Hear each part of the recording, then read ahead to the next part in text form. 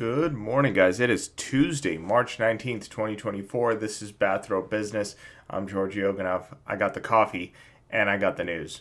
There wasn't a video yesterday and there won't be one again Friday. I'll be traveling, so that's why I won't be able to post this coming Friday. And I should be back Monday as usual, but just kind of giving you guys the heads up.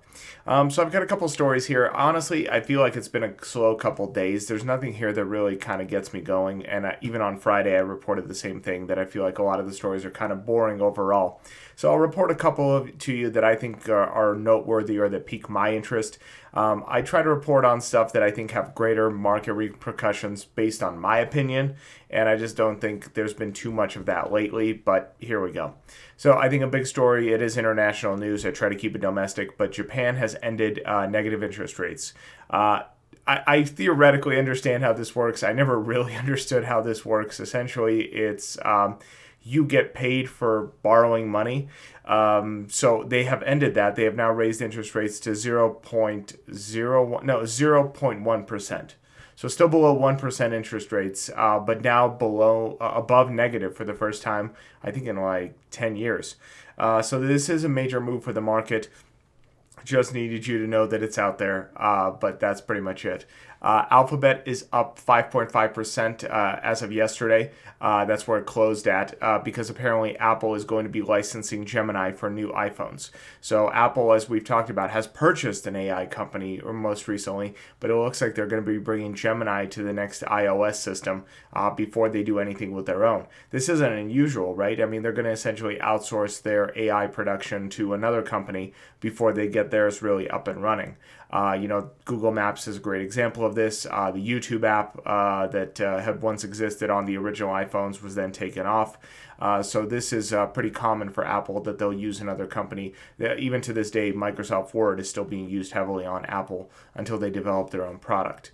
Next story is India, another international story. So India is planning to ramp up production of AI chips and chips in general. They want to be a chip powerhouse in the next 5 years and are investing billions to do it. We'll see if that pans out. Honestly, there's a lot of companies jumping into this right now.